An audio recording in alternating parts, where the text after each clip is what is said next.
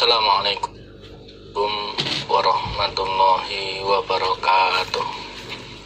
Kitabul Ahkam halaman 65 baris kedua.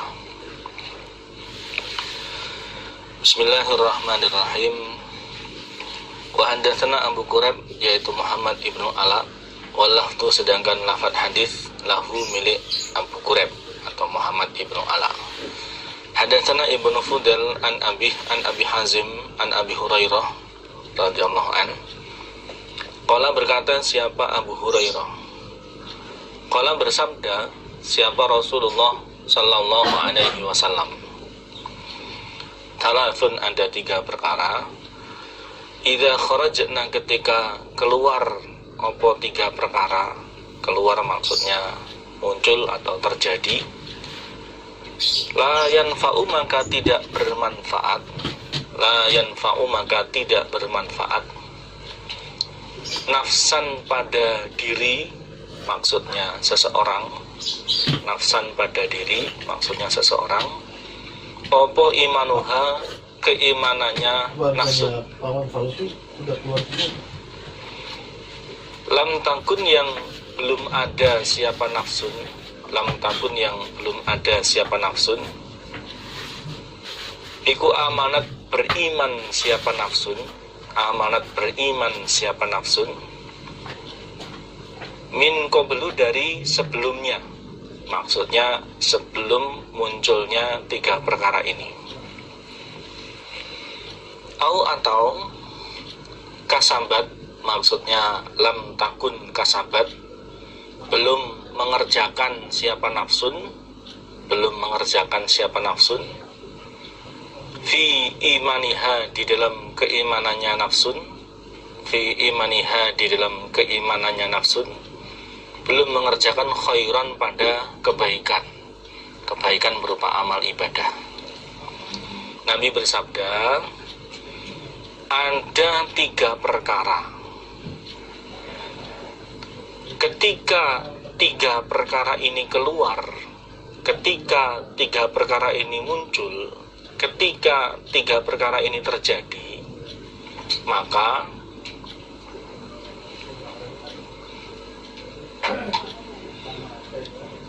keimanannya seseorang yang belum beriman sebelum munculnya 3 perkara ini, maka keimanannya seseorang yang belum beriman sebelum munculnya 3 perkara ini tidak bermanfaat baginya. Maksudnya tidak bisa bermanfaat menyelamatkannya dari nerakanya Allah dan mengantarkannya masuk ke dalam surganya Allah. Atau sebelum munculnya 3 perkara ini dia sudah beriman, tapi belum sempat mengerjakan kebaikan, belum sempat mengerjakan amal ibadah. 3 perkara ini muncul, dia baru beriman. Atau 3 perkara ini muncul, dia baru mau ibadah. Maka keimanannya orang seperti itu tidak bermanfaat baginya, tidak bisa menyelamatkannya dari ancaman siksa nerakanya Allah, dan juga tidak bisa mengantarkannya masuk ke dalam surganya Allah. Istilahnya keimanannya sudah telat, ya, tidak berlaku lagi. Apa 3 perkara tersebut? Yang pertama, tulu usyamsi, terbitnya matahari. Tulu usyamsi, terbitnya matahari. Min maghribiha, dari tempat terbenamnya matahari. Kalau zaman kita sekarang, ya, dari dulu sampai sekarang, terbitnya matahari itu dari arah timur, kemudian tenggelamnya itu di arah barat. Nah, nanti ya, akan terbit dari arah barat, tenggelamnya di arah timur. Wa dajjalu, dan dajjal, yang di hadis lain itu dijelaskan ada sekitar 30 orang jumlahnya dajjal ini. Wa dabbatul ardi, dan gegermetannya bumi. hewannya bumi, yaitu unta yang muncul di Bukit Sofa. Ya, ketika tiga perkara ini muncul, ketika tiga perkara ini terjadi, yaitu terbitnya matahari di arah tenggelamnya matahari, munculnya Dajjal, dan munculnya hewan di Bukit Sofa, unta di Bukit Sofa, maka orang yang sebelumnya belum beriman, begitu ketiga hal itu terjadi, dia merasa, wah ini berarti betul-betul janjinya Allah, ya, akan ada kiamat, tandanya muncul, dia baru beriman, maka keimanannya tidak akan bermanfaat. Atau sebelumnya sudah beriman kepada Allah, tapi belum beribadah sama sekali. Tiga perkara ini muncul, dia baru mau ibadah, maka keimanannya orang seperti ini tidak akan bermanfaat. Maka dari itu, kiamat itu adalah barang gaib bagi makhluk, sesuatu yang pasti terjadi. Tapi karena kiamat itu sudah dijanjikan oleh Allah, sedangkan janjinya Allah itu pasti hak, pasti terjadi, maka walaupun itu barang gaib dan belum terjadi, kita sebagai orang iman wajib untuk mempercayainya dengan sepenuhnya keimanan. Ya, seperti itu. Sehingga seandainya kemudian kita ketemu dengan zaman seperti ini, kita ya sudah jadi orang iman, ya sudah beribadah, sehingga keimanan kita bisa bermanfaat menyelamatkan diri kita. Karena memang namanya manusia itu terkadang ya, membuktikan dulu baru percaya. Nah, kalau orang iman itu yu'minuna bil ghaib, percaya kepada barang-barang yang gaib, barang-barang yang belum ada, barang-barang yang belum muncul, tapi dijanjikan oleh Allah, itulah barang gaib. Dan kita sebagai orang iman wajib percaya, wajib yakin terhadap terjadinya hal tersebut. Hadatsani Harun ibnu Sa'id al-Aili, hadatsana Ibnu Wahbin, qala akhbarani Amr an Ja'far ibn Rabi'ah an Iraq ibn Malik, annahu, sesungguhnya Iraq iku sami'a mendengar dia Abu Hurairah pada Abu Hurairah. Yaqulu, berkata siapa Abu Hurairah, inna Rasulullah, sesungguhnya Rasulullah sallallahu alaihi wasallam iku kala bersabda, siapa Nabi, la targhabu, janganlah senang kalian an abaikum, jauh dari beberapa bapak kalian. Janganlah kalian senang jauh dari bapak-bapak kalian. Maksudnya la targhabu an abaikum itu, janganlah kalian benci kepada bapak-bapak kalian, walaupun mungkin bapaknya itu mengerjakan sesuatu yang mengecewakan bagi kita. Tidak boleh kita itu benci lahir batin kepada bapaknya, sampai tidak ridho, tidak terima, malu, bahkan tidak mengakui beliau sebagai bapak kita. Itu tidak boleh. Seandainya pun kemudian tidak cocok dengan perbuatan beliau, dengan sikap beliau, dengan pandangan beliau, yang kita benci itu adalah perbuatannya, bukan orangnya, bukan sahsunnya, bukan orangnya. Nah, caranya bagaimana? Ya, dinasihati. Ya, man ra'a minkum mungkaran falyughayyirhu biyadihi, dicegah dengan tangan kita. Kalau tidak mampu, ya fabilisani, dengan lesannya dinasihati. Kalau tidak mampu ya fabiqalbi, dengan hatinya. Selalu didoakan supaya bapaknya itu terhindar dari perbuatan-perbuatan yang jelek, sikap-sikap yang jelek. Ya, seperti itu. Tidak boleh kemudian malu dengan bapaknya, bahkan sampai tidak mengakui beliau sebagai bapak kita. Itu tidak boleh. Ya.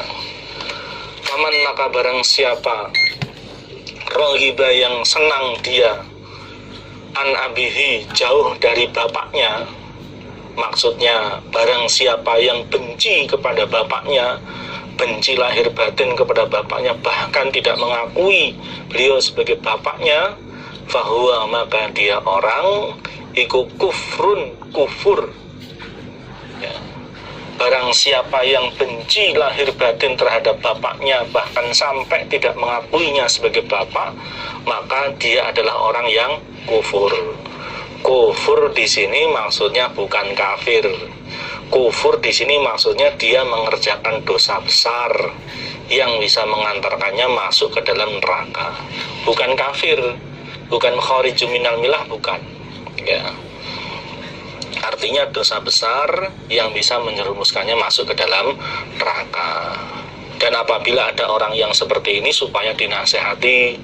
Ya, seandainya ada teman kita, tetangga kita, kenalan kita yang berbuat seperti ini, supaya dinasehati, ya kan begitu. Apakah karena bapaknya itu melarat, apakah bapaknya itu mengerjakan perbuatan yang tidak kita senangi, apakah bapaknya itu kemudian tidak menuruti permintaan kita. Jangan sampai benci kepada bapaknya, bahkan sampai tidak mengakuinya sebagai bapak. Itu dosa besar, ya. Maka supaya bertobat, doakan yang baik-baik kepada bapaknya, supaya bapaknya bisa merubah sikap jeleknya menjadi sikap-sikap yang baik. Beliau itu adalah bapak kita. Kalau pasangan hidup, suami atau istri, itu kita yang milih. Tapi kalau orang tua, itu yang milihkan Allah. Ya, yang milihkan Allah. Seandainya kemudian tidak cocok dengan kondisi orang tuanya, itu pilihannya Allah. Dan pilihannya Allah itu tidak ada yang tidak sengaja. Seandainya kemudian kita terlahir dari orang tua, misalkan yang miskin, memang sengaja Allah mengqadar kita lahir ke dunia lewat orang tua kita yang miskin itu. Tujuannya supaya apa? Supaya kita bisa bersabar. Ya, karena semua yang terjadi di alam semesta ini semua atas kehendaknya Allah. Allah punya tujuan, Allah punya rencana, semuanya ada hikmahnya. Ya, seperti itu. Maka bagaimana kita mengatur diri kita, mengatur pola pikir kita sehingga bisa menyikapi qadarnya Allah itu dengan sesuatu yang mendapatkan ridhonya Allah. Seperti itu. Kecuali kalau orang tua kita itu memaksa kita untuk mengerjakan kemaksiatan. Kalau seperti itu, maka kita wajib sama kemampuan untuk menolaknya. Seperti itu.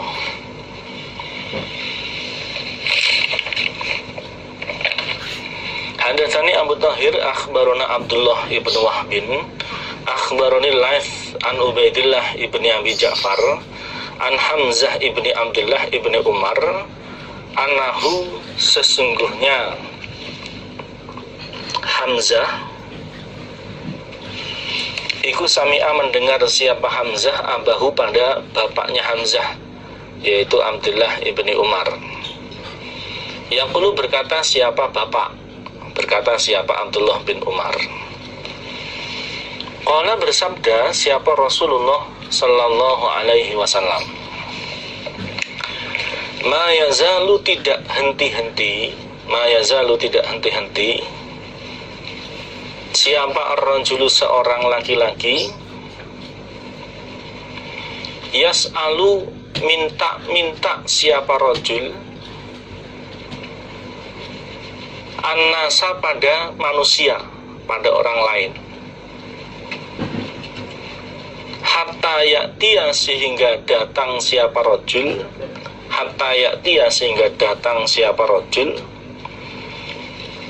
yaumal qiyamati pada hari kiamat, walaisa dan tidak ada fi wajhihi di dalam wajahnya rajul, apa mus'atul lahmin potongan daging, tidak ada secuil pun daging di wajahnya. Ya. Nabi bersabda, tidak henti-hentinya seorang laki-laki minta kepada manusia sampai besok pada hari kiamat dia datang dalam keadaan di wajahnya itu tidak ada secuil daging pun. Ya, artinya berarti dia kondisinya cacat, tidak sempurna. Kondisinya yang cacat di hari kiamat ini menunjukkan pertanda jelek baginya.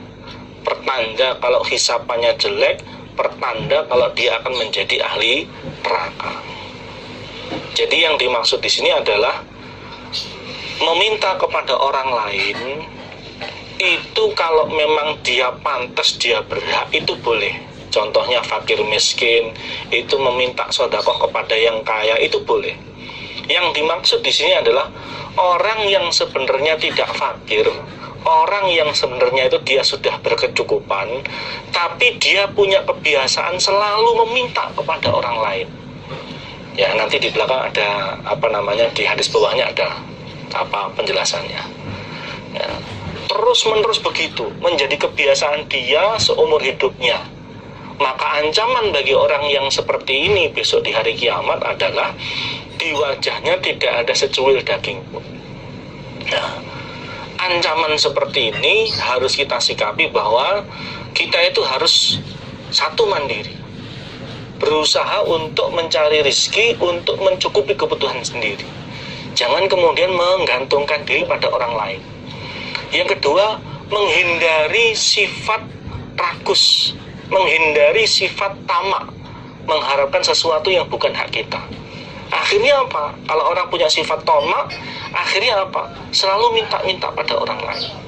Apakah itu mintanya dengan sengaja, dengan terang-terangan, atau mintanya itu dengan bahasa yang halus, dengan sindiran-sindiran. Ya, seperti itu. Sama saja.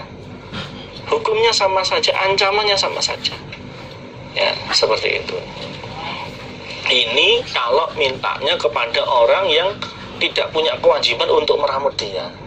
Kalau mintanya kepada orang yang memang punya kewajiban untuk meramut dia, itu memang haknya. Contohnya seorang anak minta sesuatu kepada bapaknya yang memang bapaknya punya kewajiban untuk meramut dia. Seorang istri minta kepada suaminya yang memang suaminya itu punya kewajiban untuk meramut istrinya tersebut. Itu tidak apa-apa. Tapi kalau minta kepada orang lain yang memang bukan peramutnya dia, bukan orang tuanya, bukan walinya, dan kondisinya dia itu sebenarnya sudah cukup, tidak fakir, tidak kekurangan, maka ancamannya seperti ini. Ya.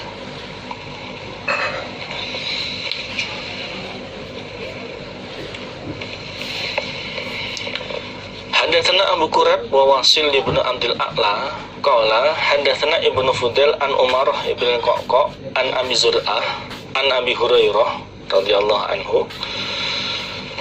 Qala berkata siapa Abu Hurairah? Qala bersabda siapa Rasulullah sallallahu alaihi wasallam? Man barang siapa sa'ala yang minta dia an-nasa pada manusia, maksudnya pada orang lain, amwalahum pada beberapa harta mereka manusia, takatsuran karena memperbanyak.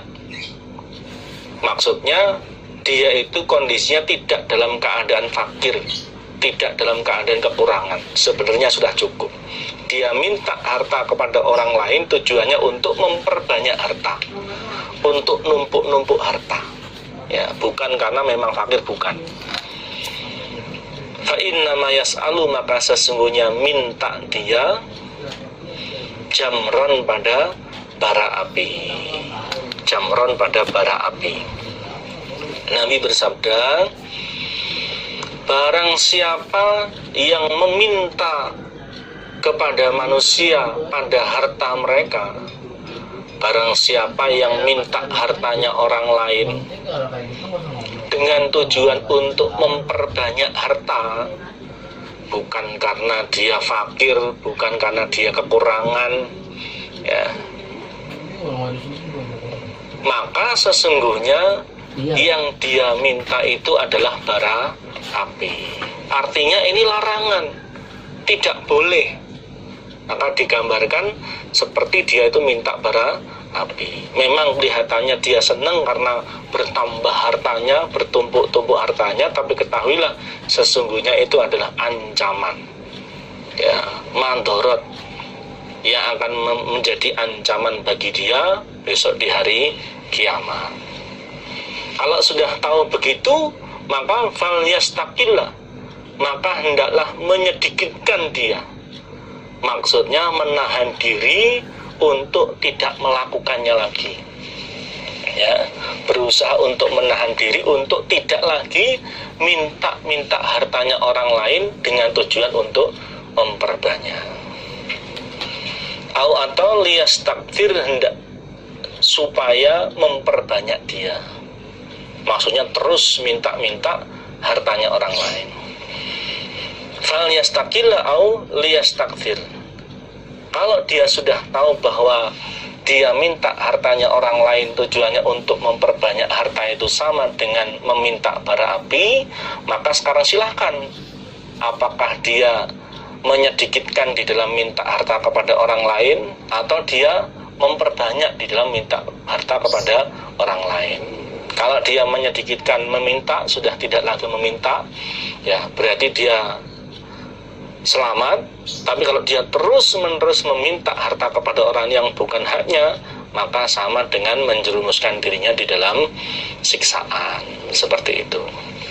Ini yang dimaksud adalah meminta sesuatu yang bukan haknya. Maka dikatakan takatsuron, ya, karena memperbanyak. Dia ya sudah berkecukupan, kemudian terus minta-minta. Ini yang tidak boleh, ya.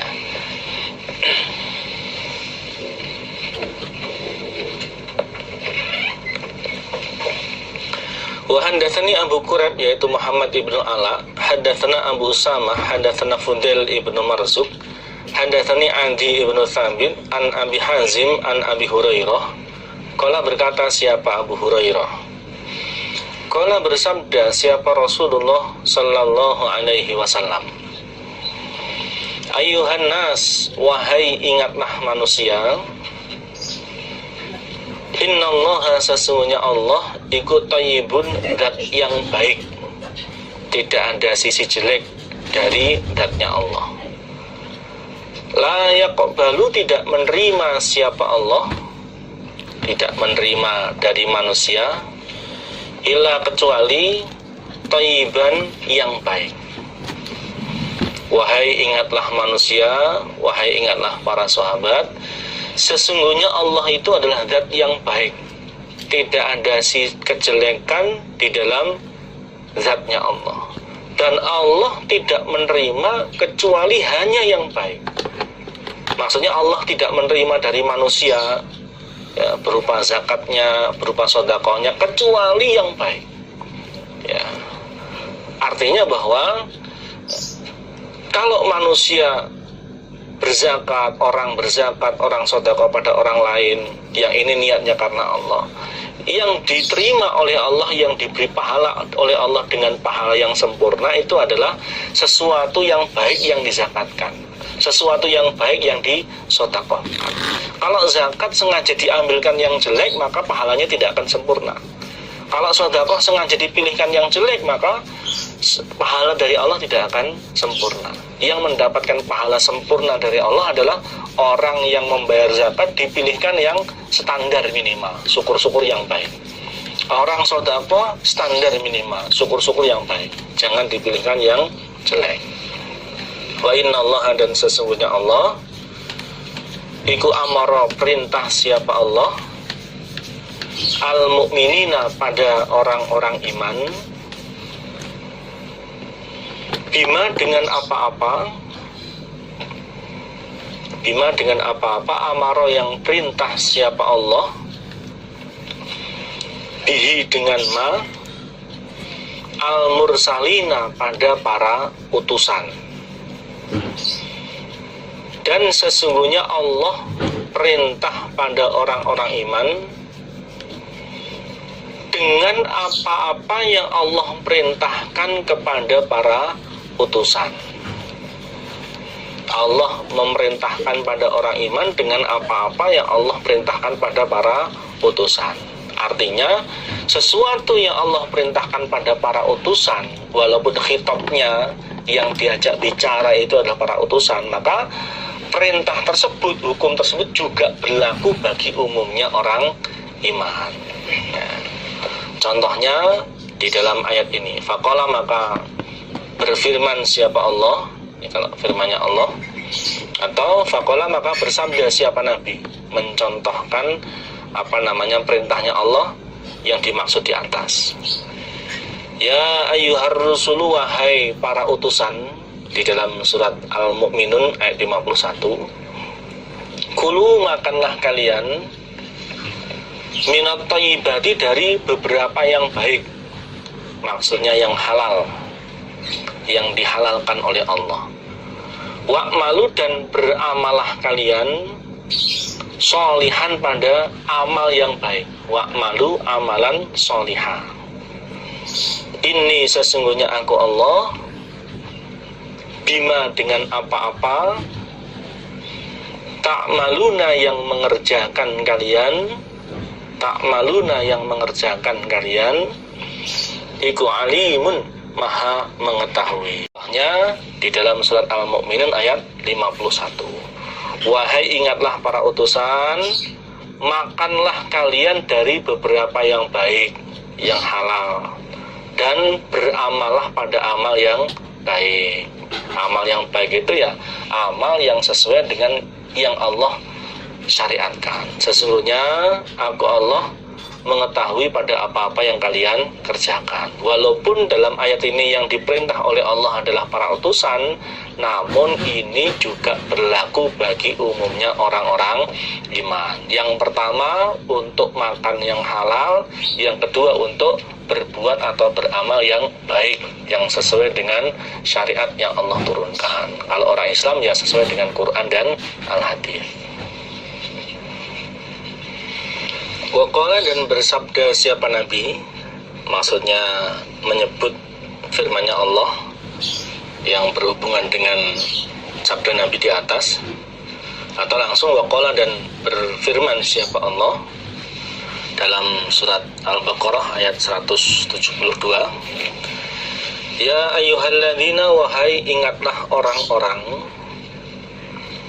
amanu, yang beriman mereka, Kulu, makanlah kalian, min thayyibati ma, dari beberapa baiknya apa-apa, razaqnakum, yang memberi rizki aku Allah, kum, pada kalian. Wahai orang-orang yang beriman, makanlah dari beberapa yang baik yang aku berikan kepada kalian. Jadi yang diperbolehkan oleh Allah untuk kita makan adalah rizki ya, yang memang dihukumi halal oleh Allah.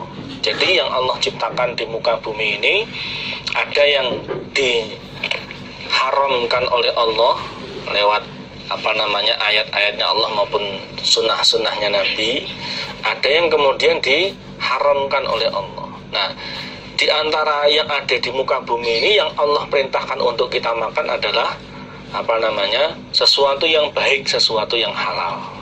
Ya, adapun yang haram tidak Allah perintahkan untuk dimakan. Ini dalam keadaan biasa, di mana dalam keadaan tertentu, keadaan darurat, ya kembali ke hukum asal bahwa semua yang Allah ciptakan di muka bumi ini untuk manusia.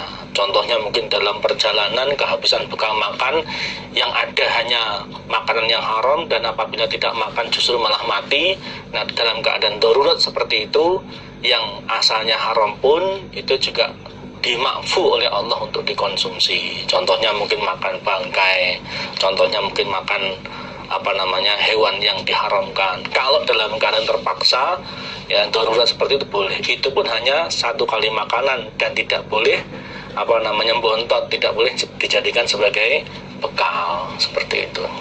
Tapi secara umum dalam kondisi normal, yang Allah perbolehkan untuk dimakan adalah rizki yang halal, makanan-makanan yang halal. Memang dalam urusan dunia segala sesuatu itu hukumnya halal, ya, selama tidak ada dalil yang menjelaskan keharamannya.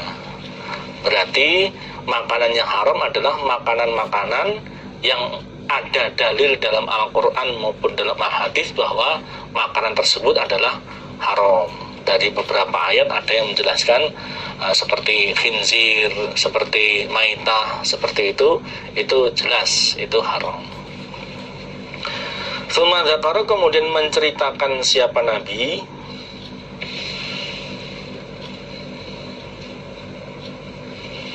ar-rajula, pada seorang laki-laki, yutilu yang memanjangkan siapa rajul, yutilu yang memanjangkan siapa rajul, as-safara, pada bepergian, dia bepergian jauh. As-asa, kusut rambutnya kusut karena bepergian jauh tersebut. Al-bara, kena debu dia, badannya pun ya lusuh, pakainya lusuh terkena debu. Yamudu, memanjangkan dia, yadaihi, pada kedua tangannya, yamudu, memanjangkan dia rajul, yadaihi, pada dua tangannya rajul, ila samai, ke arah langit, maksudnya berdoa. Memanjangkan kedua tangannya ke arah langit, maksudnya berdoa. Karena memang adabnya orang berdoa itu menengadahkan tangan atau mengangkat kedua tangan. Itu adabnya orang yang berdoa. Kemudian dia berdoa, ya Rabbi, wahai Tuhanku, ya Rabbi, wahai Tuhanku. Maksudnya dia berdoa memohon kepada Allah. Akan tetapi wa ma ta'amuhu, adapun makanannya rajul iku haramun, haram. Di sisi lain makanannya itu adalah makanan yang haram. Wa masyrabuhu, dan minumannya rajul iku haramun, haram. Minumannya pun juga minuman yang haram. Makanannya haram, misalkan daging babi. Minumannya haram, misalkan khamr. Wa malbasuhu, dan pakaiannya rajul iku haramun, haram. Pakaiannya juga haram, pakaian yang dilarang untuk dipakai. Contohnya laki-laki memakai sutra. Atau mungkin bahannya itu halal tapi cara memperolehnya haram. Ya mungkin dengan mencuri, seperti itu. Wa hudiya, dan diberi sarapan siapa rajul bil harami, dengan yang haram. Sarapannya pun, makan paginya pun juga barang yang haram. Di satu sisi kondisinya dia bepergian jauh, di mana orang yang dalam keadaan bepergian itu sesungguhnya doanya mustajabah. Kondisinya pun ya kusut, rambutnya kusut, badannya kusut, ngangkat tangan tinggi-tinggi. Harusnya dalam keadaan seperti ini doanya lebih mustajabah daripada orang yang mukim. Ya, tapi di sisi lain makanannya haram, minumannya haram, pakaiannya haram, sarapannya pun ya haram. Fa'anna, maka bagaimana, apa ya mungkin yustajabu, dikabulkan siapa rajul, maksudnya dikabulkan doanya, lidzalika, karena demikian itu makanan, minuman, pakaian, sarapan yang haram. Bagaimana mungkin doanya akan dikabulkan oleh Allah sedangkan makanannya haram, minumannya haram, pakaiannya haram, sarapannya pun juga haram. Ya. Di sini salah satu madorot bagi orang yang mengkonsumsi atau memakai sesuatu yang haram adalah doanya tidak mustajabah. Seperti itu. Padahal kondisinya mestinya dalam kondisi seperti itu doanya sangat mustajabah. Gara-gara keharaman sehingga menyebabkan doanya tidak mustajabah. Seperti itu. Ya, bahkan di hadis yang lain dijelaskan daging yang tumbuh dari makanan yang haram, neraka lebih berhak untuk daging tersebut, lebih berhak berada di neraka ya, bagi orang-orang yang memakan makanan yang haram. Maka dari itu supaya berhati-hati. Barang yang haram itu bisa dari sisi zatnya memang dijelaskan dalam Quran maupun hadis bahwa itu barang haram. Contohnya babi, contohnya hewan buas yang bertaring, contohnya bangkai, Ya, itu jelas-jelas haram. Atau juga haram karena cara memperolehnya. Ya, hewannya aslinya halal, kambing, tapi diperoleh dengan cara mencuri, menjadi haram. Ya, hewannya halal. Ya, ayam, tapi menjadi haram. Contoh kenapa? Disembelihnya dengan tidak membacakan nama Allah. Disembelihnya membacakan nama selain Allah. Ya, contohnya hewan-hewan yang disembelih untuk persembahan kepada berhala. Seperti itu. Ini harus betul-betul dihindari. Termasuk di dalam mencari rezeki supaya berhati-hati. Jangan sampai tanpa kita sadari, tanpa kita ketahui, ternyata cara mencari rezeki kita itu termasuk cara mencari rezeki yang haram. Seperti itu.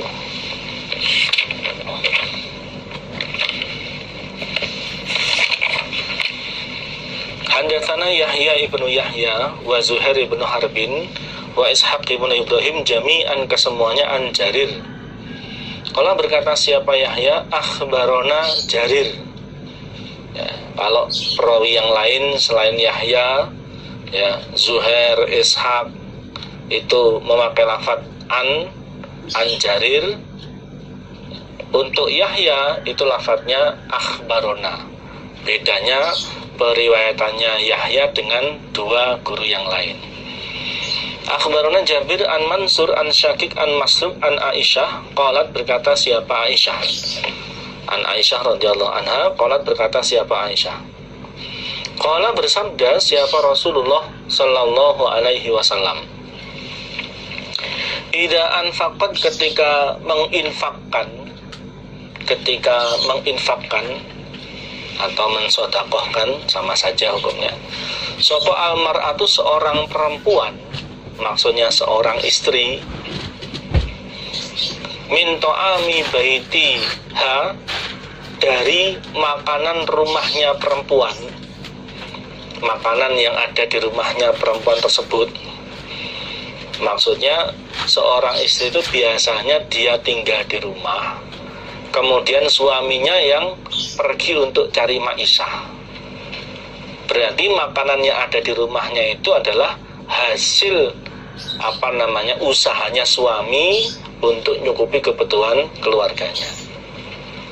Ghaira mufsidatin, selain orang yang berbuat kerusakan. Maksudnya sedekahnya itu bil ma'ruf, tidak sampai menyebabkan kerusakan. Contohnya tidak sampai membuat keluarganya kekurangan.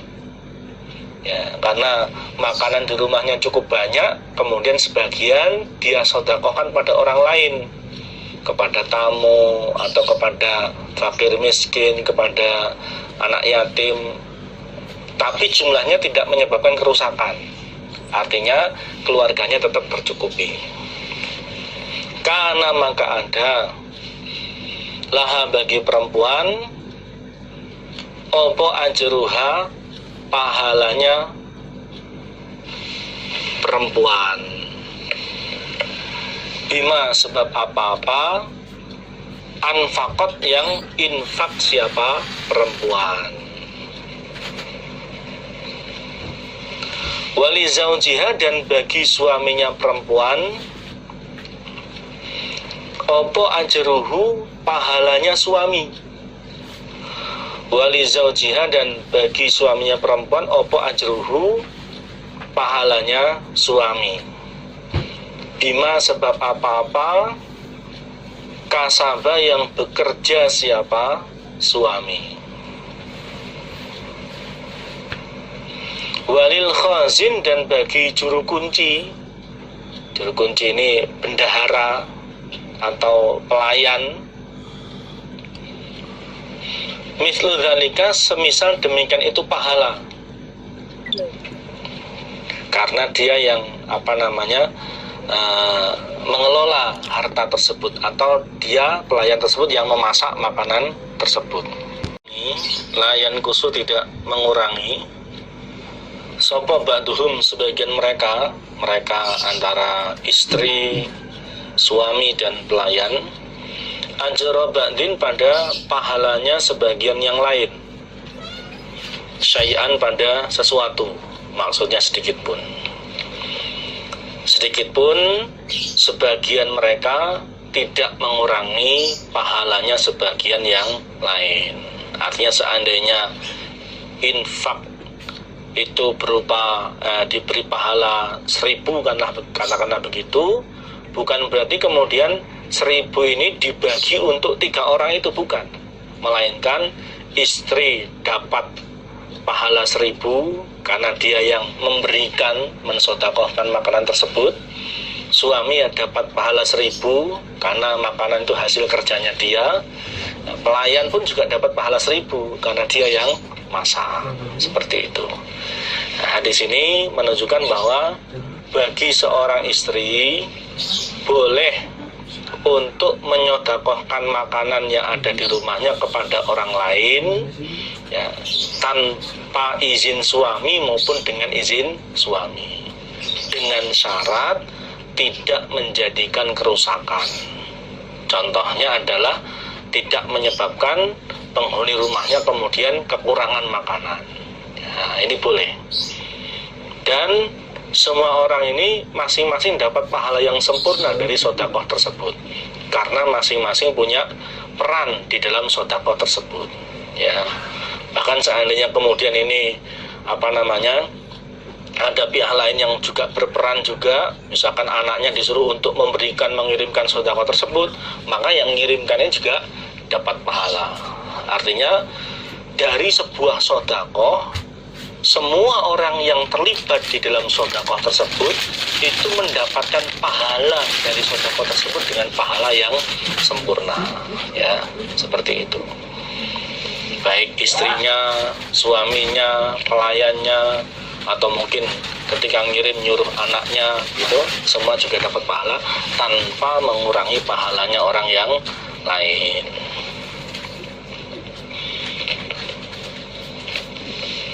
Tapi kalau nilai sedekahnya itu besar, maka ya wajib bagi seorang istri untuk izin dulu kepada suaminya.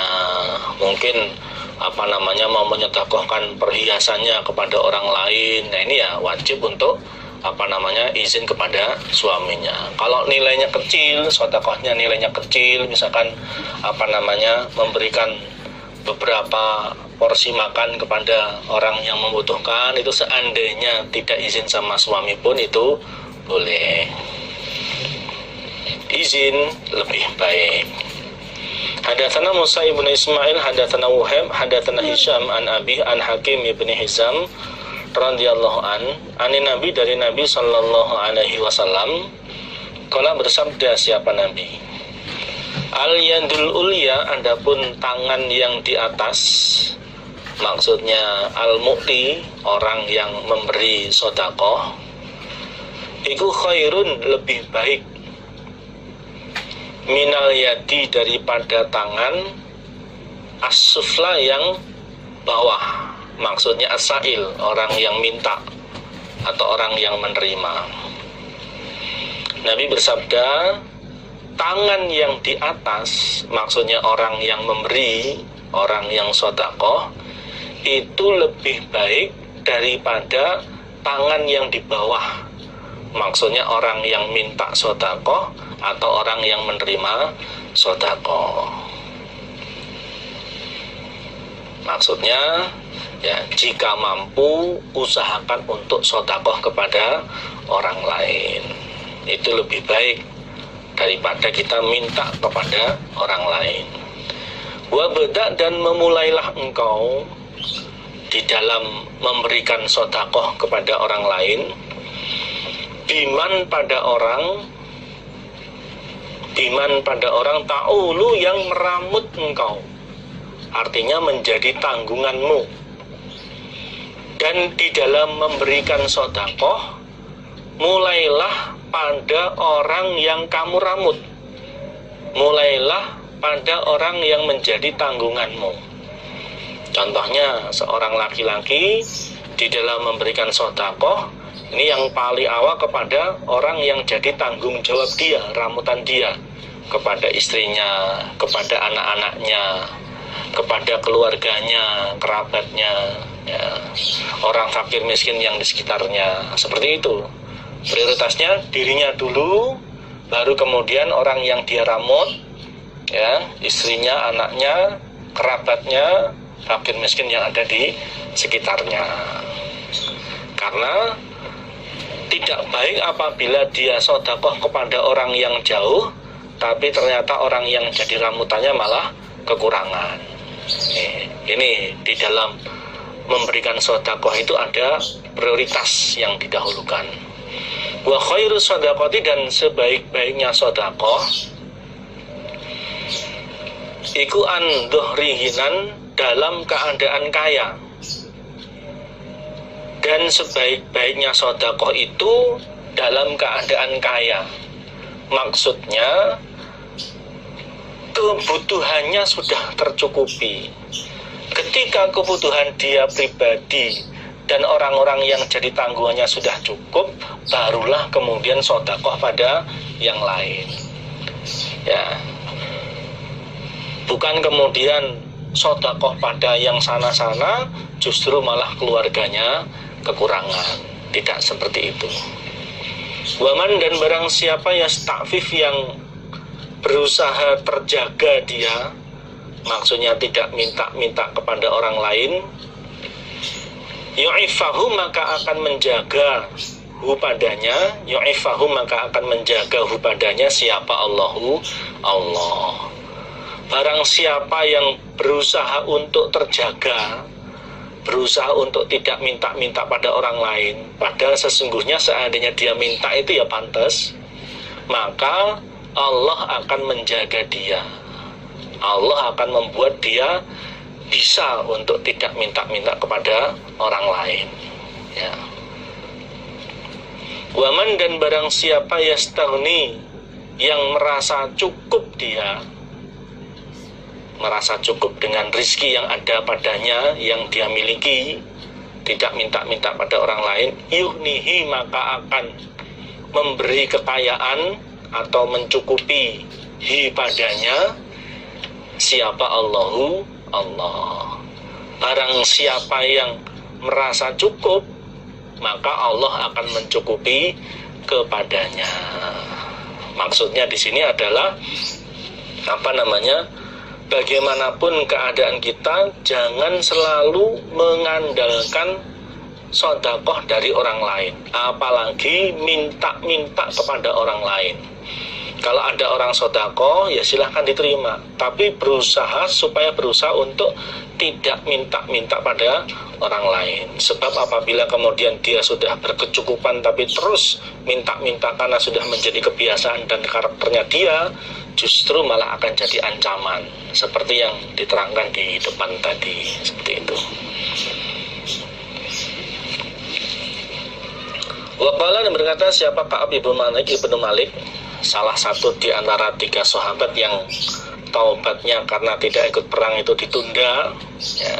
Setelah 50 malam kemudian Allah paring wahyu kepada Nabi Muhammad bahwa Allah menerima taubat mereka radhiyallahu anhu.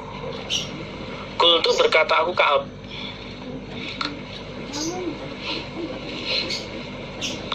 ya Rasulullah, wahai Rasulullah, inna min taubati, sesungguhnya dari taubatku,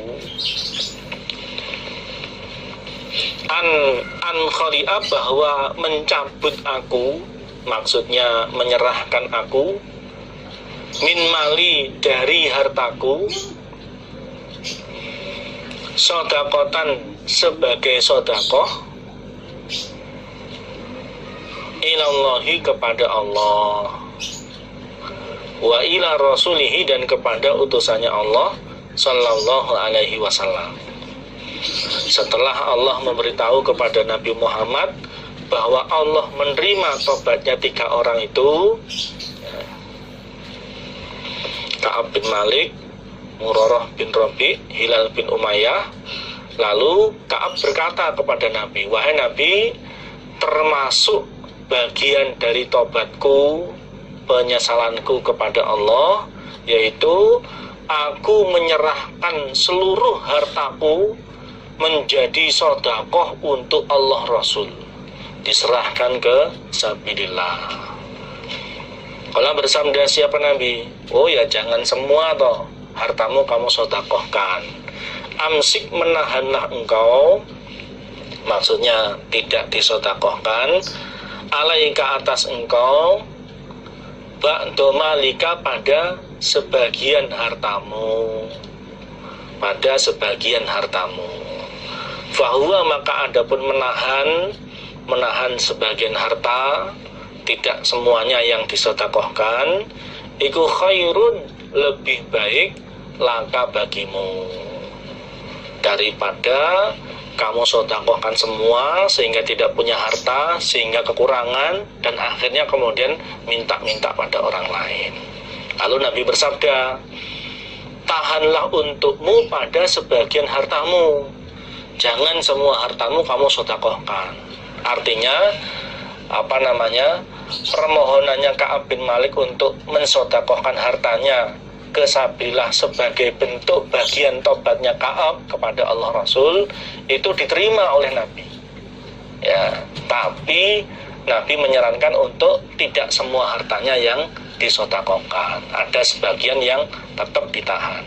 Sebab menahan sebagian harta itu lebih baik bagimu daripada semua hartamu kamu sedekahkan, akhirnya nggak punya harta, akhirnya kemudian minta-minta kepada orang lain.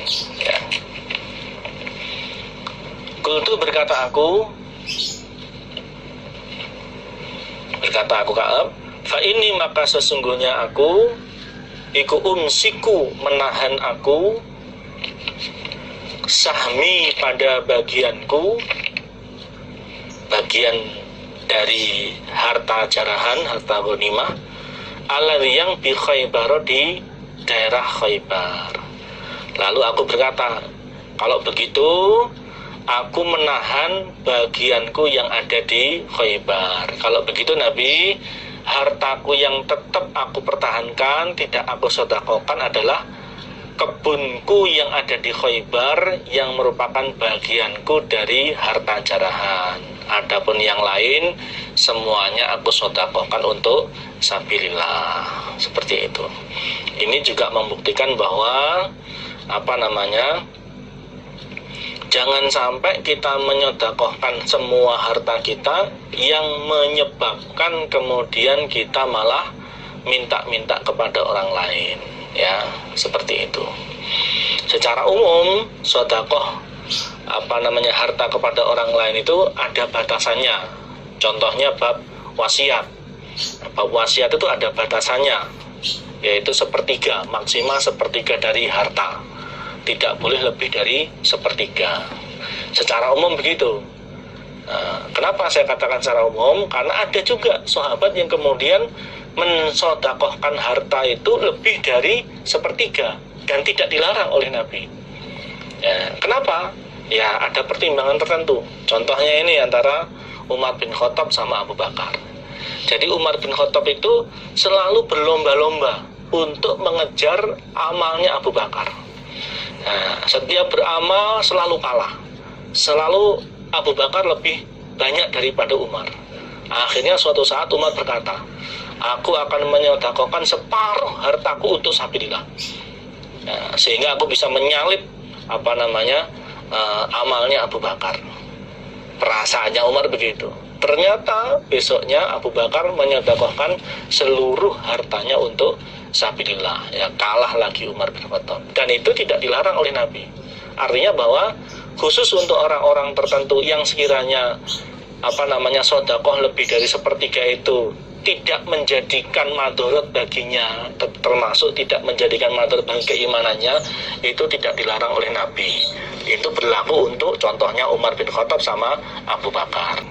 Untuk sahabat-sahabat yang lain dibatasi maksimal sepertiga. Termasuk kita ya ikut standarisasinya yang umum, yaitu maksimal sepertiga. Jangan lebih dari itu. Hadatsana Ali bin Muhammad, tsana Abu Muawiyah an Abi Malik al-Asja'i an Ribai ibn Hirash an Hudzaifah ibn Yaman Qala berkata siapa Hudzaifah? Hudzaifah itu adalah sahibu sirri Rasulillah, orang yang memiliki rahasianya Rasulullah, termasuk orang yang diberitahu oleh Nabi tentang siapa-siapa orang-orang munafik, ya. Qala bersabda siapa Rasulullah sallallahu alaihi wasallam, ya gerusu akan luntur, opo al-islamu, Islam, agama Islam, kama yadrusu sebagaimana luntur, opo wasyuth thawbi, warnanya pakaian.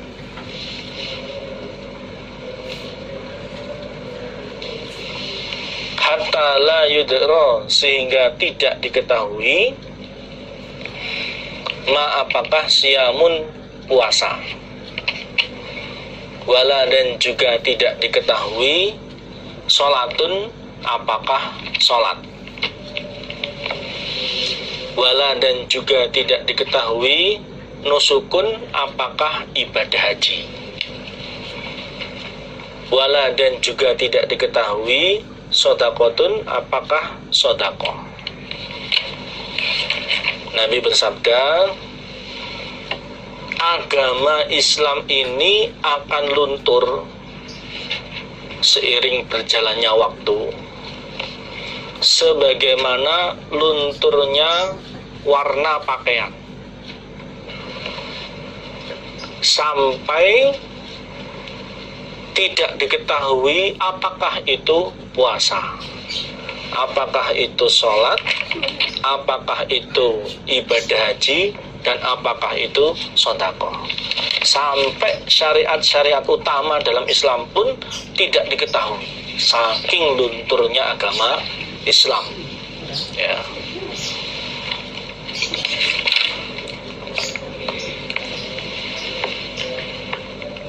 Wala yusra, dan dijalankan, maksudnya dihilangkan, opo ala kitabillah, kitabnya Allah, Al-Quran, azza yang maha mulia siapa Allah, wajalla dan maha agung siapa Allah, fi lailatin, di dalam suatu malam.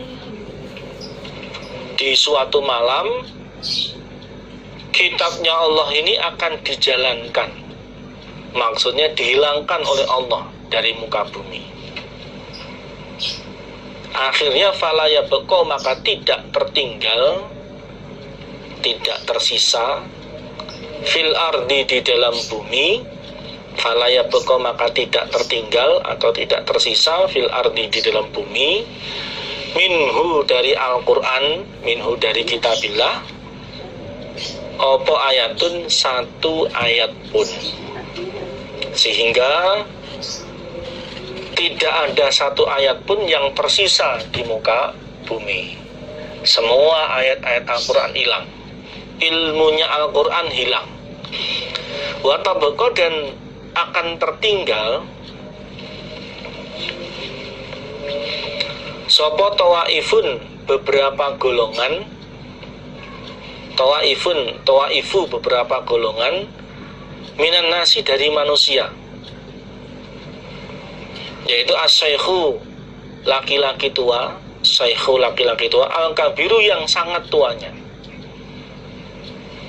wal anjuzu, dan perempuan tua, wal anjuzu, dan perempuan tua. Yaquluna, berkata mereka,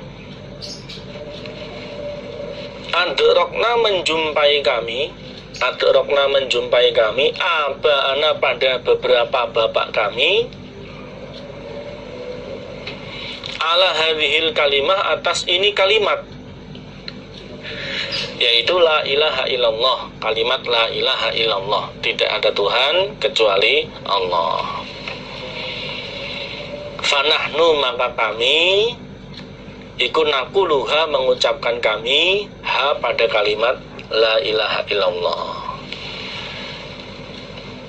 Di saat Al-Quran dihilangkan oleh Allah sehingga tidak tersisa satupun ayat di muka bumi, Yang tersisa adalah beberapa orang dari manusia, yaitu laki-laki yang sudah sangat tua dan perempuan yang sudah sangat tua. Mereka berkata, kami menjumpai bapak-bapak kami atas kalimat ini, yaitu kalimat la ilaha illallah. Artinya syariat agama Islam yang mereka jumpai dari bapaknya itu hanya kalimat la ilaha illallah saja. Tidak ada syariat Islam yang lain yang mereka ketahui dari bapak-bapaknya. Fanahnu naquluha, maka kami mengucapkan kalimat tersebut. Ya, Islamnya tinggal kalimat la ilaha illallah saja. Tidak tahu syariat agama Islam yang lain. Ya, itu Nabi menceritakan bagaimana lunturnya agama Islam sampai yang tertinggal hanya kalimat la ilaha illallah. Tidak ada satupun orang yang mengetahui syariat agama Islam yang lain selain kalimat la ilaha illallah. Faqala, maka berkata lahu kepada Hudzaifah, siapa Silatu Silah, nama orang ini. Lalu Silah bertanya kepada gurunya, kepada Hudzaifah, ada apa yang lain yang bertanya kepada Hudzaifah, ma apakah tuhni mencukupi anhum dari mereka apa la ilaha illallah, kalimat la ilaha illallah, wahum sedangkan mereka iku la yadruna tidak mengetahui mereka, la yadruna tidak mengetahui mereka ma apakah sholatun sholat, wala dan juga tidak mengetahui siamun apakah puasa, wala dan juga tidak mengetahui nusukun apa ibadah haji, wala dan tidak mengetahui sodakotun apakah sodako. Lalu Silah bertanya kepada Hudzaifah, apakah kalimat la ilaha illallah bisa mencukupi kepada mereka? Maksudnya bisa melindungi mereka dari siksaannya Allah, bisa menyelamatkan mereka dari siksaannya Allah, hanya mengucapkan la ilaha illallah saja. Sedangkan mereka tidak mengetahui apakah itu sholat, apakah itu puasa, apakah itu ibadah haji, apakah itu sodako. Ya. Yang mereka ketahui hanya kalimat la ilaha illallah saja. Apakah mencukupi bagi mereka untuk selamat dari nerakanya Allah dan masuk surganya Allah? Ditanya seperti itu oleh Silah, fa'arodo maka berpaling, tidak mau menjawab anhu dari Silah, siapa Hudzaifatu, Hudzaifah. Ditanya dengan pertanyaan seperti itu oleh Silah, Hudzaifah berpaling dari Silah, tidak mau menjawab. Sumarodda kemudian mengulangi siapa Silah, kemudian mengulangi siapa Silah pada pertanyaan alaihi atas Hudzaifah salasan 3 kali. Kemudian Silah mengulangi pertanyaan tersebut kepada Hudzaifah sebanyak 3 kali. Apakah hanya dengan berbekal kalimat la ilaha illallah bisa menyelamatkan mereka dari ancaman nerakanya Allah, bisa mengantarkan mereka masuk ke dalam surganya Allah, padahal mereka tidak tahu apakah itu sholat, apakah itu puasa, apakah itu haji, apakah itu sedekah. Kulladzalika pada tiap-tiap demikian itu ditanya oleh Silah, yuk rindu berpaling tidak mau menjawab anhu dari Silah, sapa Hudzaifatu, Hudzaifah. Setiap Silah bertanya kepada Hudzaifah dengan pertanyaan seperti itu, Hudzaifah selalu berpaling dari Silah, tidak mau menjawab. Tsumma aqbala kemudian menghadap siapa Hudzaifah, alaihi atas Silah, Fitsalitsah di dalam pertanyaan yang ketiga. Baru setelah ditanya untuk ketiga kalinya oleh Sila, Hudzaifah menghadap kepada Sila. Faqala, maka berkata siapa Sila? Saya ulangi, faqala, maka berkata siapa Hudzaifah? Ya Silatu, wahai Sila, tunjihim, menyelamatkan opo kalimat la ilaha illallah him pada mereka, minan nari, dari neraka. Hudzaifah berkatanya salatan, 3 kali. Tunjihim minan nar, tunjihim minan nar, tunjihim minan nar. Ketahuilah wahai Sila, kalimat la ilaha illallah itu bisa menyelamatkan mereka dari nerakanya Allah. Maksudnya karena memang di saat itu yang mereka ketahui hanya kalimat la ilaha illallah saja, maka hanya dengan berbekal kalimat la ilaha illallah, otomatis ya dengan keimanan, itu bisa menyelamatkan mereka dari ancaman nerakanya Allah. Karena yang mereka ketahui ya hanya itu saja, tidak ada yang lain, tidak ada syariat agama yang lain, yang tidak ada syariat agama Islam yang lain yang mereka ketahui. Sama seperti ketika di awal-awal Islam, di mana sebagian syariat Islam itu belum Allah turunkan. Karena sempurnanya agama Islam itu ya di saat Nabi Muhammad menjelang wafatnya Rasulullah. Al-yauma akmaltu lakum dinakum wa atmamtu alaikum nikmati wa raditu lakumul Islam madina. Nah, di saat itulah semua syariat agama Islam sudah sempurna Allah turunkan. Artinya syariat-syariat atau kewajiban-kewajiban pokok dalam Islam itu turunnya bertahap. Selama syariat itu belum diturunkan oleh Allah, maka ya belum ada kewajiban. Contoh nih bab sholat. Allah menurunkan kewajiban sholat kepada umatnya Nabi Muhammad itu di saat Isra Mi'raj, kurang lebih 1,5 tahun sebelum Nabi Muhammad hijrah dari Mekah ke Madinah. Itu baru Allah turunkan. Ya, artinya sebelum turunnya kewajiban sholat ini ya tidak ada kewajiban sholat. Artinya orang yang masuk Islam sebelum turunnya kewajiban sholat, dan mereka mati sebelum turunnya kewajiban sholat, berarti seumur hidupnya tidak sholat, itu tidak kemudian dikatakan mereka ahli neraka karena tidak mengerjakan sholat. Bukan, karena memang belum turun. Ya, seperti itu, belum turun. Nah, setelah turun barulah di situ wajib mengerjakan sholat. Ya, demikian pula kewajiban-kewajiban yang lain, termasuk juga larangan bab khamr.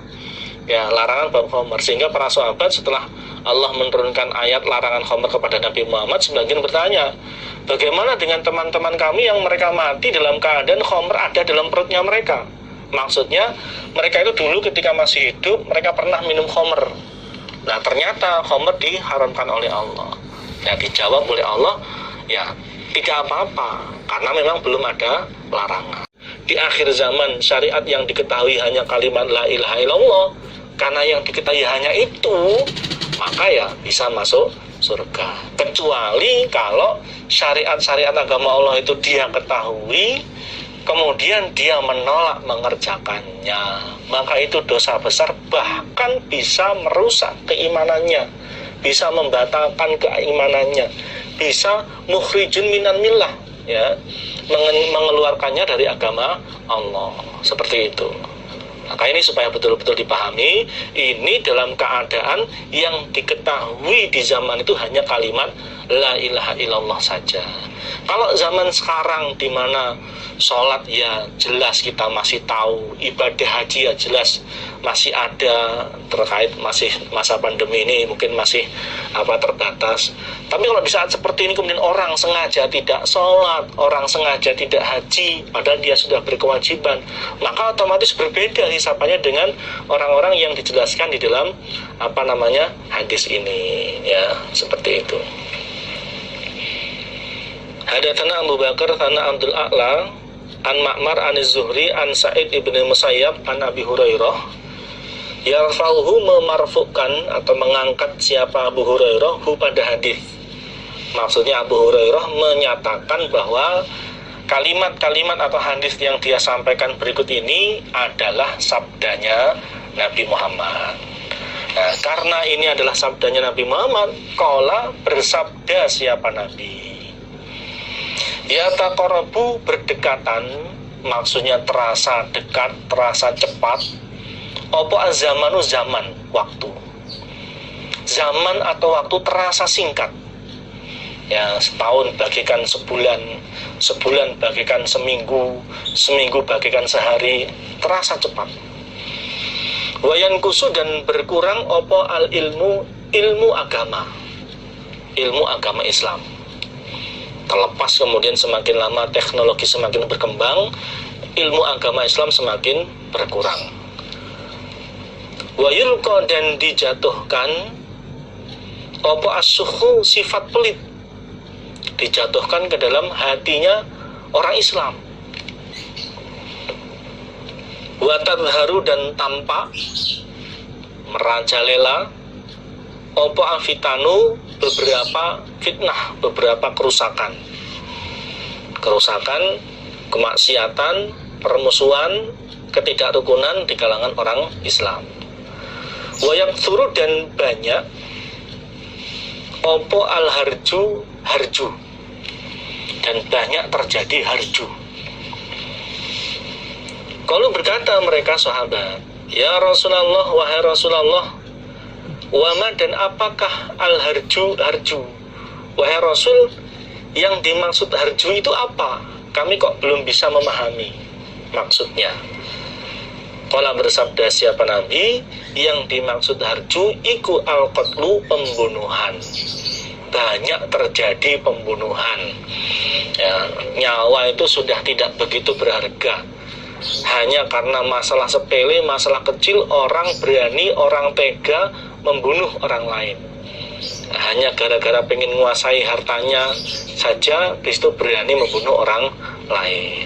Ini adalah tanda-tanda keadaan di akhir zaman. Seperti hadis yang awal tadi tentang munculnya 3 perkara itu adalah tanda terjadinya kiamat, tandanya akhir zaman. Hadatsana Ali bin Maimun Ar-Rabi, Tsana Abdul Wahid ibnu Shalih, Tsana Ishaq ibnu Yusuf, Anil A'mas an Yahya ibni Wathab an ibni Umar. Qala berkata siapa Ibnu Umar, an ibni Umar radhiyallahu anhu atau anhuma. Qala berkata siapa Ibnu Umar, qala bersabda sapa Rasulullah sallallahu alaihi wasallam, al mukminu adapun orang iman, alladzi yang yukhalitu mencampuri dia, maksudnya bergaul, annasa pada manusia, pada umumnya manusia, baik yang muslim maupun yang non muslim. Wa yasbiru dan bersabar dia, maksudnya tidak terpengaruh, tetap dalam menepi keimanan, tetap bisa menjauhi kemaksiatan, ala adahum atas gangguan mereka manusia, atas menyakitinya mereka manusia atau gangguan mereka manusia. Walaupun diganggu, walaupun dirintangi, walaupun digegeri, dia tetap sabar. Itu a'dhamu lebih besar. A'dhamu lebih besar apane ajron pahalanya?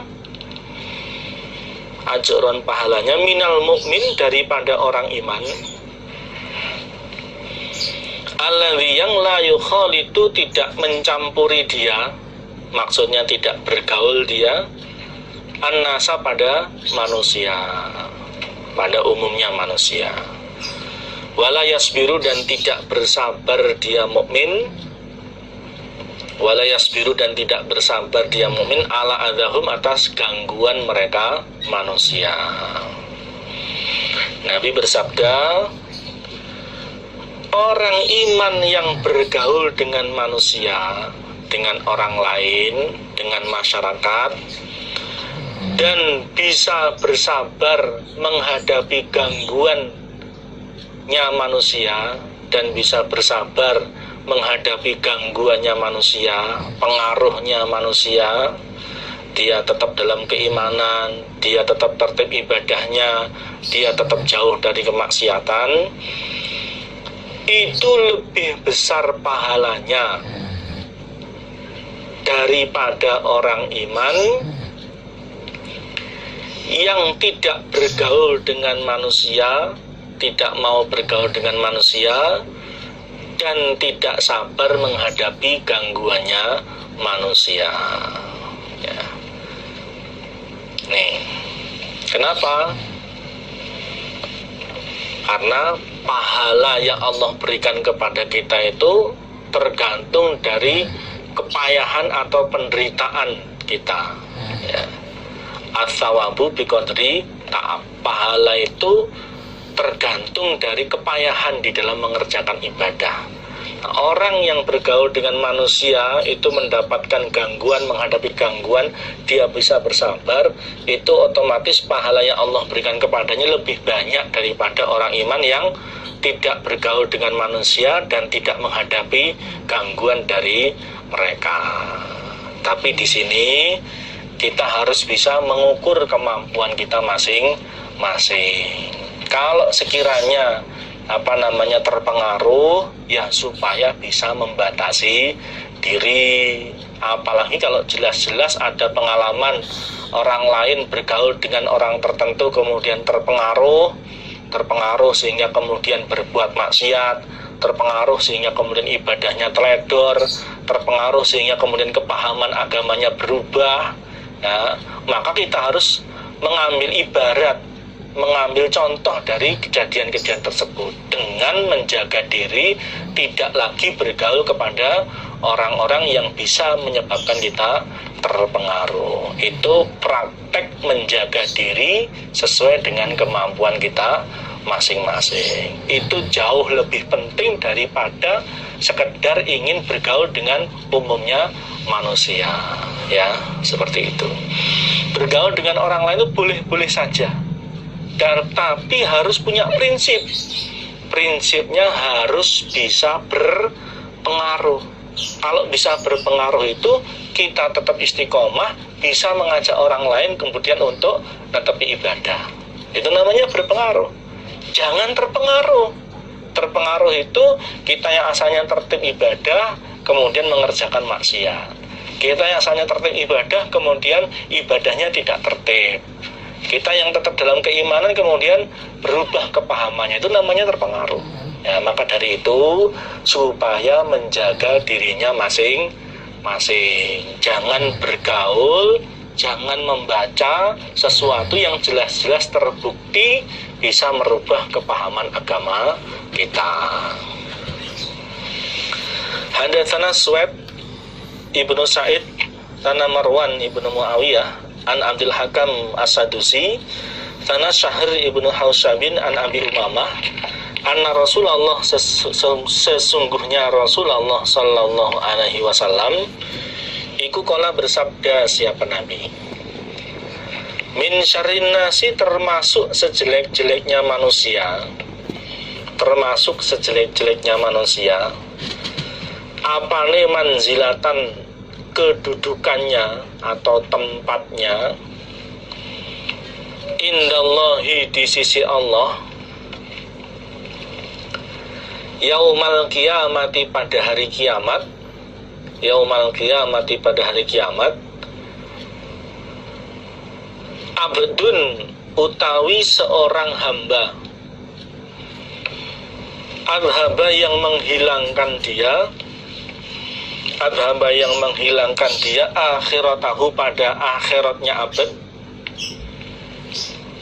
kehilangan surganya dengan mengerjakan kemaksiatan bidunya ghairihi sebab dunia selainnya abad, sebab pengen menguasai hartanya orang lain.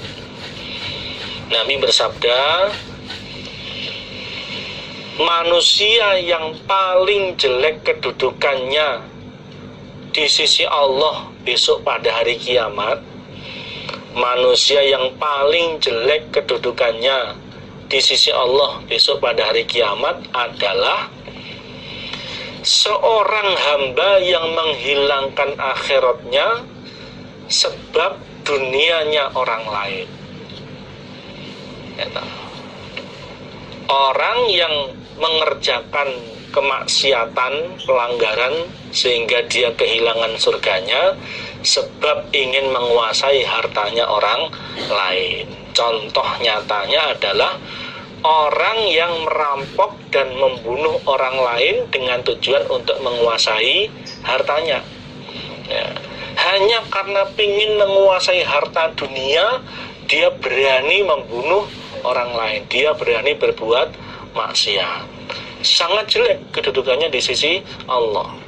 Hanya karena ingin menguasai sejumlah harta yang nilainya kecil, ya, kemudian dia berani berbuat maksiat yang resikonya kehilangan akhiratnya, kehilangan surganya. Tidak kurung antara sesuatu yang ingin dia dapatkan dengan resiko yang dia hadapi. Ya, resikonya kehilangan surga, yang dia dapatkan hanya dunia. Seperti itu. Kalau kemudian berperang membela agamanya Allah, kehilangan nyawa untuk memperjuangkan agama Allah, itu jelas kurung. Nah, ini tidak. Hanya karena pengen menguasai hartanya orang lain, kemudian sampai dia membunuh orang lain sehingga kehilangan akhiratnya. Maka dari itu harus bisa menjaga diri, ya,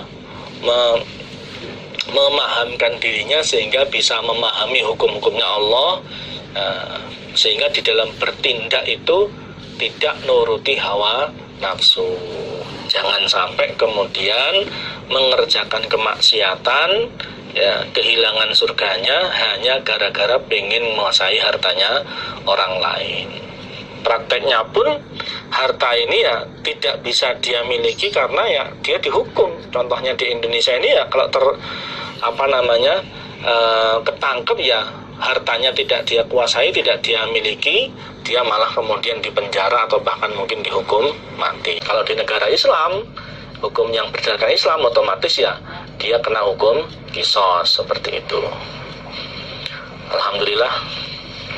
Jazakumullah khairan. Hadatsana Abu Bakar ibn Abi Syaibah, sana Muawiyah ibn Hisham, an Hisham ibn Sa'ad, an Umar ibn Uthman, an Asim ibn Umar ibn Uthman, an Urwah an Aisyah radhiyallahu anha. Qalat, berkata siapa Aisyah, sami'tu mendengar aku Rasulullah pada Rasulullah sallallahu alaihi wasallam yaqulu, bersabda siapa Nabi, muru, perintahlah kepada orang lain bil ma'rufi, pada kebaikan, untuk mengerjakan hal-hal yang baik dari sisi pandangan standar pergaulan masyarakat setempat maupun baik dari sisi syariat. Wanhau, dan mencegahlah kalian, maksudnya melarang orang lain, anil mungkari, dari kemungkaran, sesuatu yang diingkari, bertentangan dengan syariat atau juga bertentangan dengan hal-hal yang baik yang berlaku di masyarakat. Qabla an tad'u, sebelum berdoa kalian, sebelum berdoa kalian, fala yustajaba, maka tidak dikabulkan, siapa lakum, kalian. Nabi bersabda, perintahlah kalian pada kebaikan, perintahlah orang lain untuk mengerjakan kebaikan. Kebaikan di sini yang pertama sesuatu yang baik dari sisi syariat, seperti mengerjakan ibadah, menjauhi kemaksiatan, mengerjakan ibadah, atau juga dari sisi pandangan pergaulan di masyarakat. Contohnya ma'ruf di sini seperti di Indonesia ini, termasuk ma'ruf adalah seorang anak yang berbuat baik kepada orang tua, dengan contohnya ketika mau pergi salaman, cium tangan kepada orang tua, contohnya berbahasa yang baik, boso, seperti termasuk itu bil ma'ruf. Dan juga mencegahlah, melaranglah orang lain dari berbuat kemungkaran. Kemungkaran yang pertama ada sesuatu yang bertentangan atau dilarang oleh syariat, atau juga kemudian sesuatu yang tidak baik dalam pandangan masyarakat. Sebelum kalian berdoa, kemudian doa kalian tidak dikabulkan oleh Allah. Di sini juga menunjukkan bahwa akibat orang yang tidak mau amar ma'ruf nahi mungkar salah satunya adalah doanya tidak dikabulkan oleh Allah. Nah, apabila kalian ingin doa kalian selalu dikabulkan oleh Allah, maka salah satunya adalah kalian supaya amar ma'ruf nahi mungkar. Nah, amar ma'ruf nahi mungkar itu yang pertama diri kita tertibkan di dalam mengerjakan kemakrufan tersebut. Kita tertibkan di dalam menjauhi kemungkaran tersebut.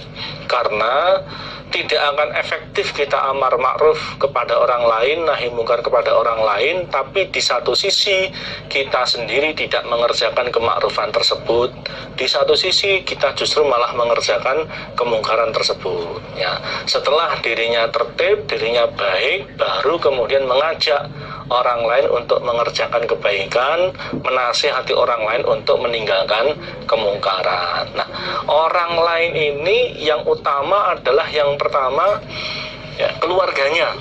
Maka di ayat yang lain dijelaskan, ya ayyuhalladzina amanu qu anfusakum wa ahlikum naro. Keluarganya diajak. Ya, setelah itu baru kemudian orang-orang yang ada di sekitarnya. Ya, itu prakteknya amar ma'ruf nahi mungkar. Amar ma'ruf nahi mungkar ini tidak hanya kepada orang-orang yang belum mendapatkan hidayah, tidak hanya kepada orang-orang yang belum menetapi agama Islam. Amar ma'ruf nahi mungkar ini juga kepada saudara-saudara kita sesama muslim, sesama orang iman. Ya, karena tidak hanya kemudian arti amar ma'ruf nahi mungkar itu mengajak orang yang belum iman untuk iman, tidak hanya itu. Ya, sesama orang iman diajak untuk sholat berjamaah, diajak untuk mengaji, diajak untuk sedekah, diajak untuk meramut fakir miskin, anak yatim, seperti itu. Itu juga amar ma'ruf nahi mungkar. Jadi pengertiannya luas, tidak hanya sekedar mengajak orang yang belum mendapatkan hidayah untuk mendapatkan hidayah, tidak hanya sekedar seperti itu. Hadatsana Abu Bakar ibn Abi Syaibah tana Abdullah ibn Numair wa Abu Usamah an Ismail ibn Abi Khalid an Qais ibn Abi Hazim qala, berkata siapa Qais, koma berdiri siapa Abu Bakrin, Abu Bakar radhiyallahu an, khalifah yang pertama. Fahamidah, maka memuji dia Abu Bakar Allah pada Allah. Wa asna, dan menyanjung siapa Abu Bakar alaihi, atas Allah. Prakteknya ya berdiri untuk khutbah, kemudian membaca kalimat-kalimat muqaddimah. Seperti kalau biasanya ya, alhamdulillahilladzi hadana lihadza, saat terusnya itu sampai amma ba'du. Tsumma qala, kemudian berkata siapa Abu Bakar, ya ayuhan nas, wahai ingatlah manusia,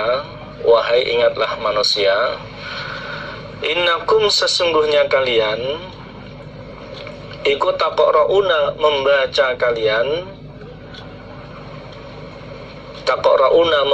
kalian hadhil ayata, pada ini ayat, yaitu surat nomor 5, yaitu surat Al-Maidah ayat 105. Isinya, ya ayyuhalladzina, wahai ingatlah orang-orang,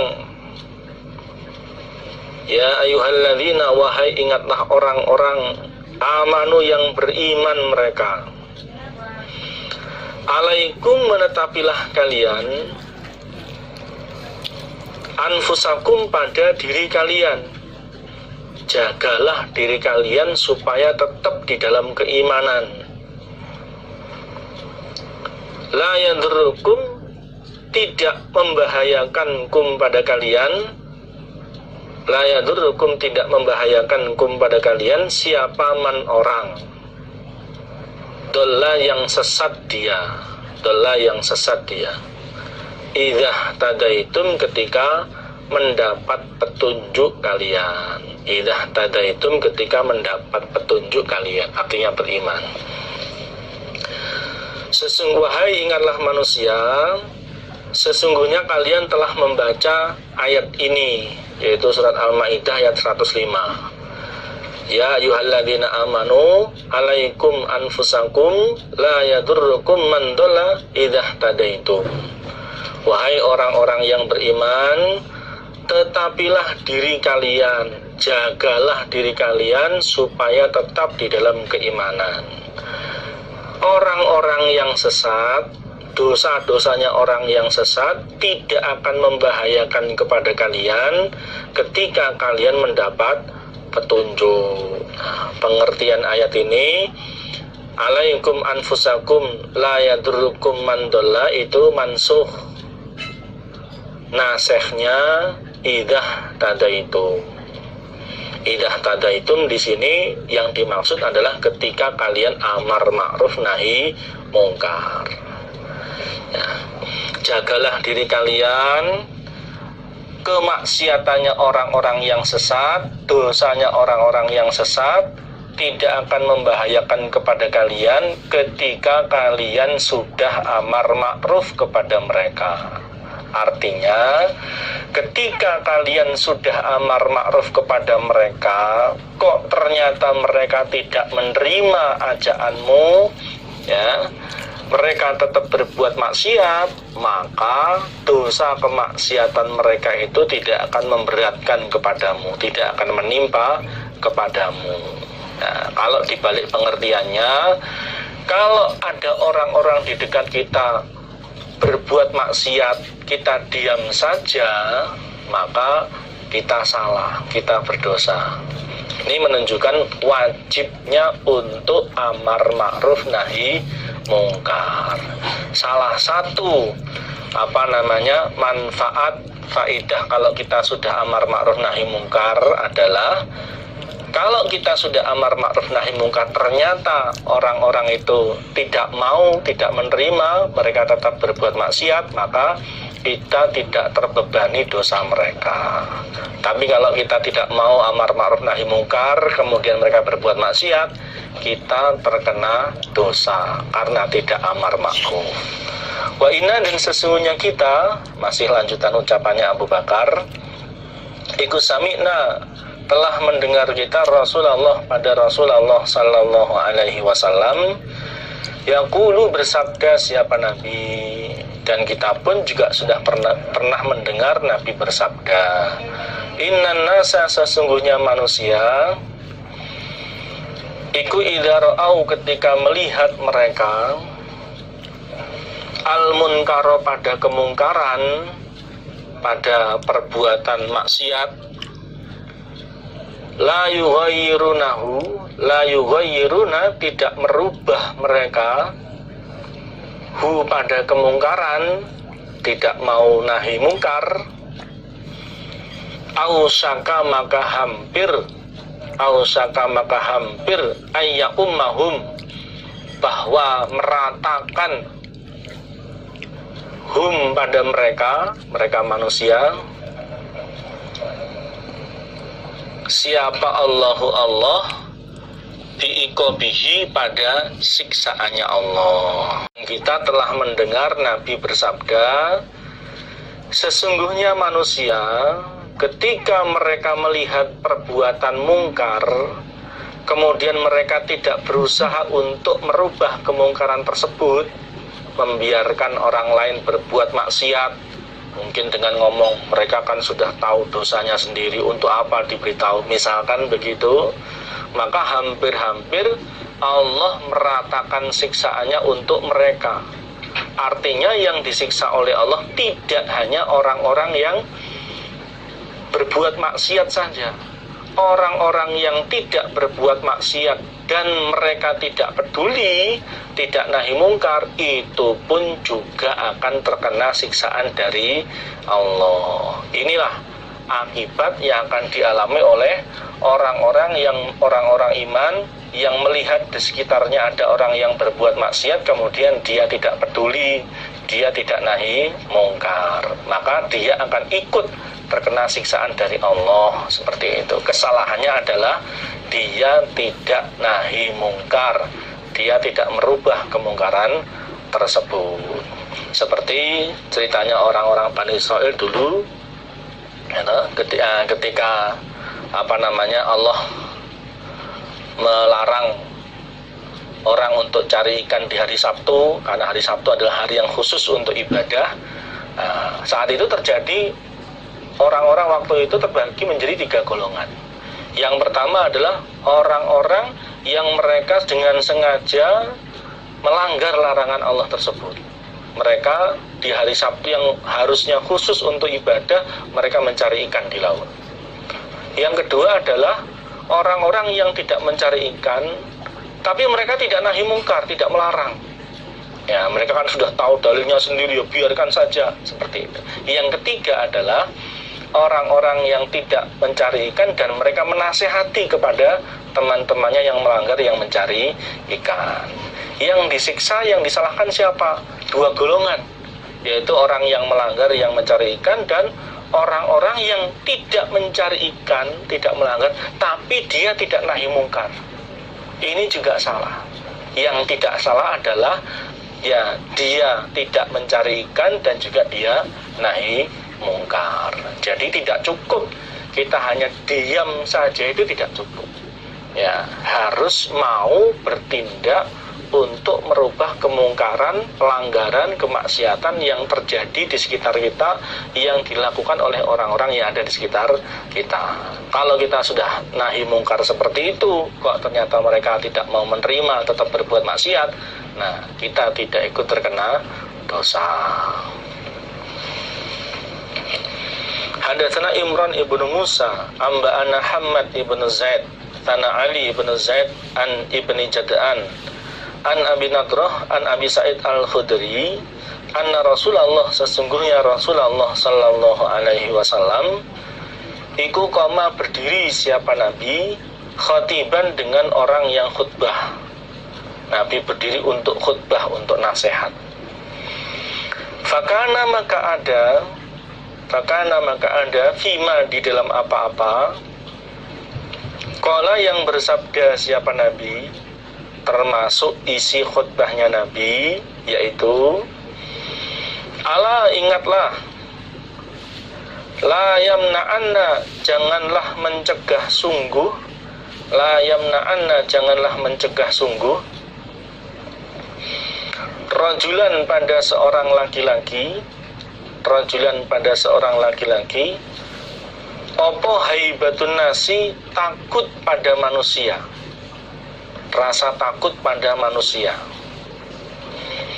mencegah ayyakula untuk mengucapkan dia, untuk mengatakan dia, bihakin pada kebenaran, maksudnya untuk menasehati orang yang berbuat maksiat. Idza alimahu ketika mengetahui siapa rajul hu pada kebenaran, ketika mengetahui siapa rajul hu pada kebenaran.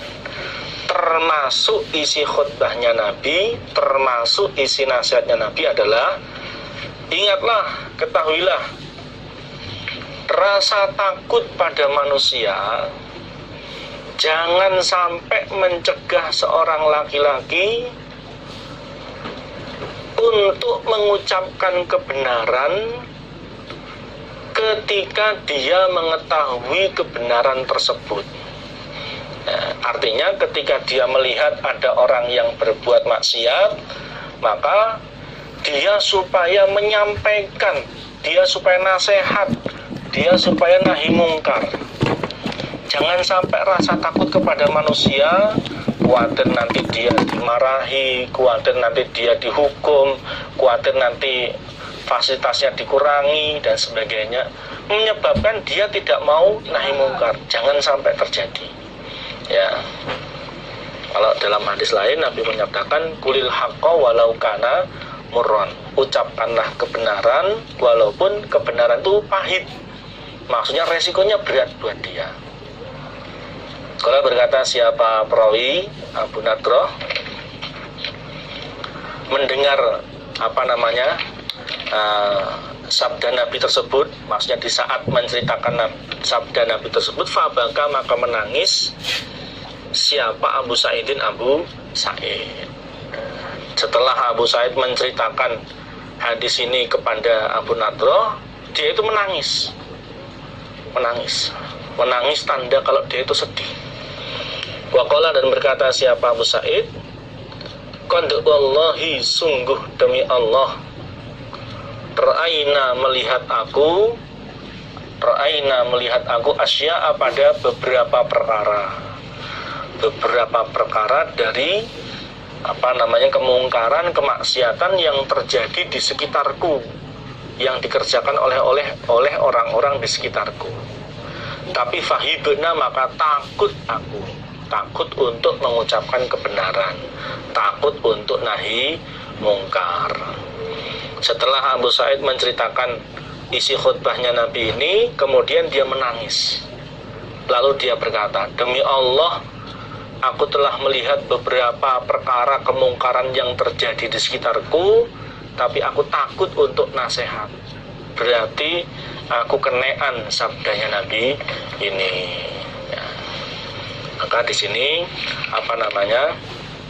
bisa juga kita ambil kesimpulan bahwa memang amar ma'ruf nahi mungkar itu satu paket, satu kesatuan.